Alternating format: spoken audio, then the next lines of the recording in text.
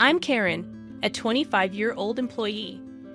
And 6 months ago, my grandfather, who raised me, passed away.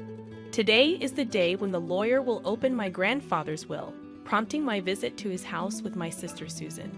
Susan, 4 years older than me, is my only family since our parents passed away in an accident 20 years ago. Raised by our grandparents, we faced the loss of our grandmother to illness a few years ago, and our grandfather's health had been declining ever since.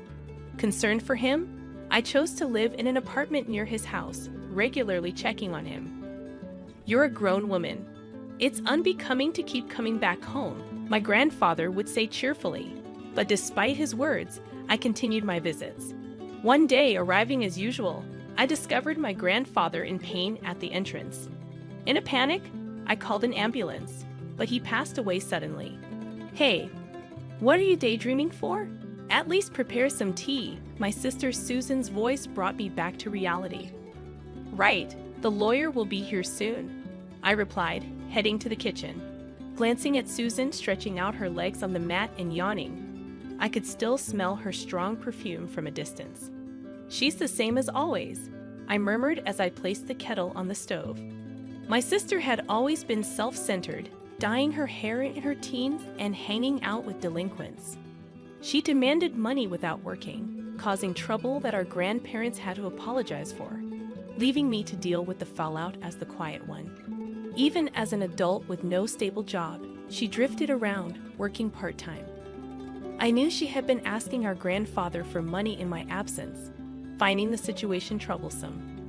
If it weren't for the inheritance, I thought, interrupted by Susan's formal greeting to the arriving lawyer. "Ah, you must be the lawyer. Thanks for coming today," she said in her high-pitched voice. Rushing to join them, I thanked the lawyer for his presence, recalling his kind eyes that mirrored my grandfather's. The lawyer's badge gleamed brightly on his chest as we began the process after offering incense in front of my grandfather's portrait. He took a sip of the tea, marking the beginning of a significant and uncertain chapter in our lives. I retrieved my grandfather's will, a document entrusted to him while he was still alive. Its contents revealed that my elder sister Susan was to inherit $20 million in cash, while I, the younger daughter, would inherit the house and the land it stood on. Upon hearing this, Susan burst into laughter, finding it amusing that she was to receive a substantial sum while I, the younger and supposedly plainer sister, would only inherit an old house. "It's just right for someone as plain as you," she remarked snidely. I retorted, pointing out that it wasn't just the house but also the land. She dismissed the value of the land in such a seemingly undesirable location, expressing a preference for cash. I couldn't deny feeling a bit shocked, acknowledging that perhaps my grandfather wanted me to protect his cherished house and land, where he spent his life with my grandmother. "Wow, a house and land. That's pretty awesome, isn't it, Brian?" my boyfriend exclaimed in surprise upon hearing my story. Shaking my head, I implied that it wasn't as great as it sounded, given that my sister inherited $20 million in cash. "More impressive, I'd say," I remarked, feeling a sense of emptiness as I verbalized it. Trying to be modest, I continued, even though I was trying to be modest. "Beautiful and having money, now she's the more, the better," Brian remarked insensitively. Earning a side glance from me, realizing his mistake, he jokingly added, "Your comfort means more to me than money." Brian had been my boyfriend since I started working, and we met at a social event. Although he hadn't proposed yet, I had been considering marriage, and today was our first date in the wild.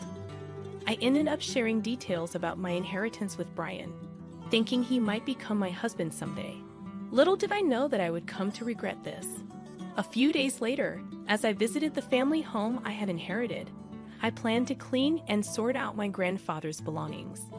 The property was large, but the house was modest. Contemplating the idea of moving in and living here leisurely with a cat, I considered the absence of rent payments, despite potential maintenance costs for deterioration. I had been working hard and saving, so it shouldn't be a problem. Someday, maybe with Brian. Feeling embarrassed at the thought, I shook my head vigorously and rolled up my sleeves to begin cleaning. Just then, I received a call, and my sister's name appeared on my smartphone screen. "Sis, what's up?" "Hey, Karen, having fun all by yourself in that old house?" My sister slurred, clearly intoxicated. She always had a unique way of extending her words, but today it was particularly bad. "Since you're drinking, aren't you?" "It's still afternoon," I pointed out with a sigh, to which she exaggeratedly sighed back. "Oh, you're such a Miss Goody Two-Shoes." "I was thinking about moving here eventually," I answered my sister's question, hoping to end the conversation quickly. "Really? I'm enjoying a suite in a luxury hotel right now." My sister raised her voice, sounding somewhat exaggerated. "Guess who I'm with right now?" "I have no idea," I replied, finding the situation rather boring. "It's that kind of attitude that'll make Brian dislike you," my sister quipped. "What?" "I'm sorry, Karen." I was flabbergasted when Brian's voice suddenly took over the line. The sudden intervention of Brian threw me off balance, and dizzying question marks popped up in my head. I resented my imagination at this point. A disgusting scenario had been completed in my head. Surprised, "Huh?" My sister's mean-spirited voice chimed in. "Ever since you introduced him to me, I thought Brian was quite a catch."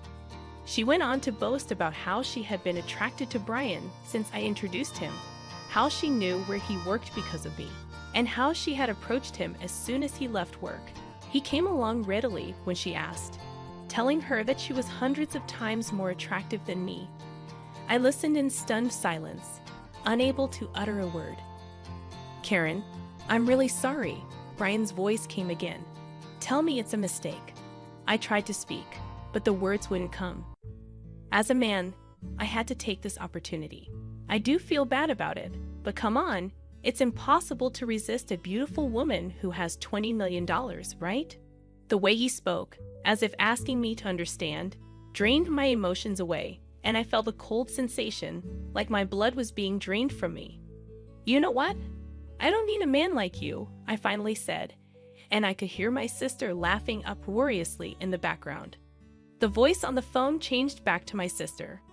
"Well, that's how it is. And from now on, let's not consider ourselves sisters, okay? I wouldn't want you turning to me just because you're broke," she added before abruptly ending the call. Overwhelmed by emotions that had lied behind, all I could do was cry.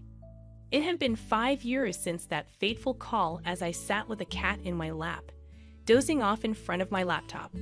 The cat also peacefully slept. It was my day off, but there was still some work left from where I brought home.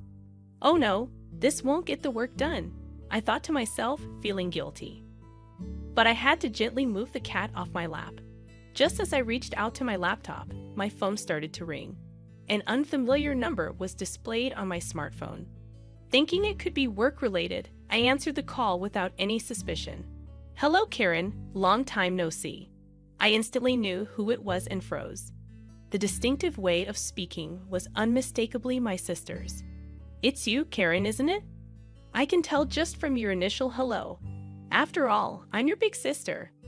5 years had passed, which should make Susan 34 years old. A smirk formed at the corner of my mouth at her unchanging way of talking. "You're just the same. By the way, I came home, and there's a hotel standing. Did you sell a house? That's none of your business." "Oh, come on. It's quite a grand hotel, huh? You must have made a good chunk of change, huh?" Getting fed up, I was about to end the call when she started to chatter about her current situation. According to Susan, she had blown through the inheritance in about 2 years, and now she even had a considerable amount of debt. Even Brian, who she's still hanging around, seemed to be drowning in debt. I was speechless. Honestly, I couldn't care less. "So, lend me some money," Susan requested, yelling. But I answered calmly, "I've always wondered why Grandpa distributed his estate that way. But on the day you took Brian from me and cut ties, I understood." I started talking slowly, reminiscing about 5 years ago when Brian broke up with me, leaving me crushed. After crying my heart out, I sat dazed in my room, staring into space. I'm such a fool, I murmured, and large tears began to spill again. My gaze fell on a painting I had made as a child and had gifted to my grandfather. He had framed it and kept it hanging lovingly. Rising unsteadily, I picked up the painting. Grandpa. As I continued, my emotions swelled, and I started to cry. I recalled the notes my grandfather and I used to exchange on the back of that painting, like a family journal. Knowing that I was to inherit the house, he probably figured. I found this note. I'm glad I noticed, I said, shuddering at the thought that I might have left it unnoticed. I reached for a sheet of note paper that had fallen from the back of the frame, with the note addressed to me. The date on the letter was just before my grandfather passed. I knew you'd definitely notice this letter. Right now, you're probably wondering why I distributed my estate in such a manner. I read aloud. Cash to you, a sister, and an old house and land for you. It may seem like I favored Susan, but that's not the case, the letter revealed, finally answering the question that had been bothering me. Despite any claims of favoritism, I wanted to leave most of my estate to you, bouqueted for me till the end. I finally understood what had been bothering me, and I continued to read the letter. But Susan would not be satisfied with a regular division. This child, even as her grandfather, I must admit, she's terribly greedy. Exactly, Grandpa, I whispered in agreement, though he couldn't hear me. She even took my boyfriend from me. That's what I want to tell him in my heart. That's why I arranged it this way, I read. While Susan may appear to have received the better deal at first glance, she won't pay attention to your share. According to Grandfather's letter, the value of this land in our area is continuously increasing due to ongoing urban development. As of the time I'm writing this, it's not worth Susan's $20 million yet, but the value of this land will surely increase in the future. As I read this far, my eyes widened in surprise. You can live here if you're attached to it, or you can sell it when its value rises enough to make a good profit. All I want is for you to be happy, Grandfather's letter had said. When I finished conveying the content of the letter, Susan clicked her tongue and said, Hag. I lived in that house for a while, but when my marriage was settled, I decided to sell the house. Just like Grandfather's letter said, the land value had risen enough. Anyway, I'm never lending you money, Susan declared. But as if she had a good idea, she added, right. If you want, I can give Brian back to you. So help your sister. It's a good deal, right? At this moment, something inside me snapped. Enough was enough. You've been taken care of by my grandpa, and yet you haven't shown a hint of gratitude. I despise you for that, and you're not my sister anymore. Besides, I'm already married. I don't need Brian, and I don't even want to see his face. Stay out of my life for good. I said what I needed to say and hung up. I quickly set up call blocking, and my cat on my lap was cowering on the bed. I quickly picked up my cat and said, I'm sorry. After that, it seems Susan contacted Brian, and they both stormed into our old house. Did they try to return Brian to me? There's a respectable end there now, but they must have misunderstood something and were shouting that they were my relatives. Even though I just sold the land and had nothing to do with it, it's simple for those two. I sold the land, and an inn was built equals I must be the owner of the inn. Of course, the staff reported to the police. The two of them were arrested because they had destroyed several items in the inn. Furthermore, it was discovered that they had been committing marriage fraud for money in the past. It seems they'll be sent to prison together. I was also questioned by the police, but I was able to prove that I had no involvement. Quickly, as we were estranged, I was released. As my husband, who came to pick me up, and I were walking through the station, we heard screaming and turned our gaze. There were Susan and Brian, who looked completely different. Fortunately, they didn't notice us. Both of them had messy hair, worn-out clothes, and looked nothing like the two people I remember.